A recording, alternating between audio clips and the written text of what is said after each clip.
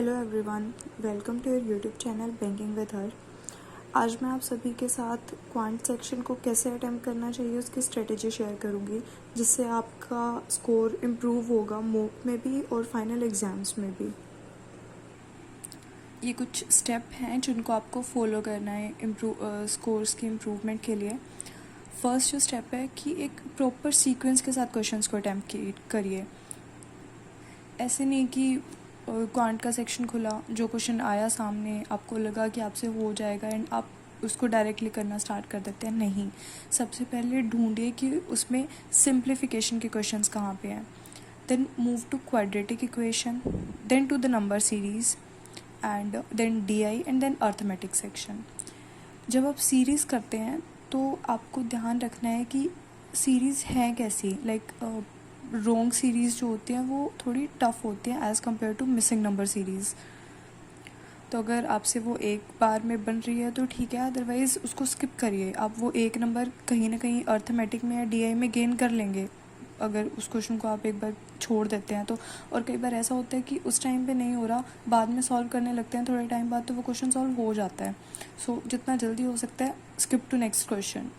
Then DI pre level की DI जो है वो इजी आती हैं, तो उनमें आप कोई भी पहले अटेम्प्ट कर सकते हैं। बट जब आप मेंस का पेपर दे रहे हैं तो ट्राई करिए कि आप कैसलेट को लास्ट में करें, क्योंकि कैसलेट डीआई में कहीं ना कहीं कोई ट्रिक होती है जिससे टाइम वेस्ट हो जाता है। तो बेटर है कि आप वो डीआई करिए पहले जिनसे डाटा बहुत ईजिली एक्सट्रैक्ट किया जा सकता है।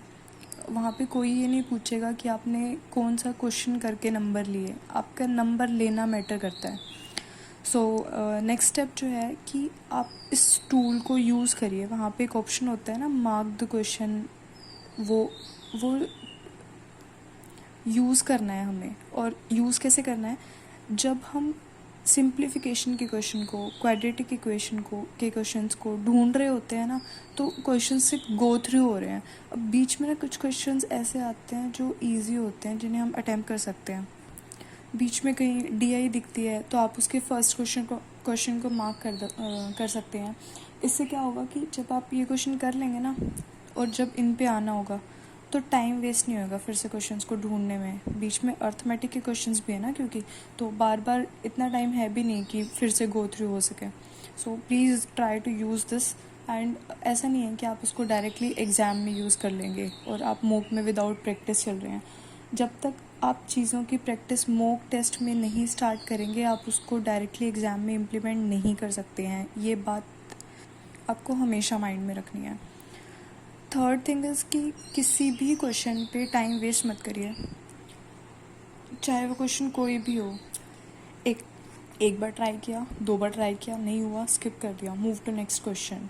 फिर जब लास्ट में लगे कि आपके पास टाइम बचा हुआ है, फिर इन क्वेश्चंस पे दोबारा आइए और ट्राई कीजिए, मे बी तब वो सॉल्व हो जाए। नेक्स्ट इज़ कि एनालिसिस।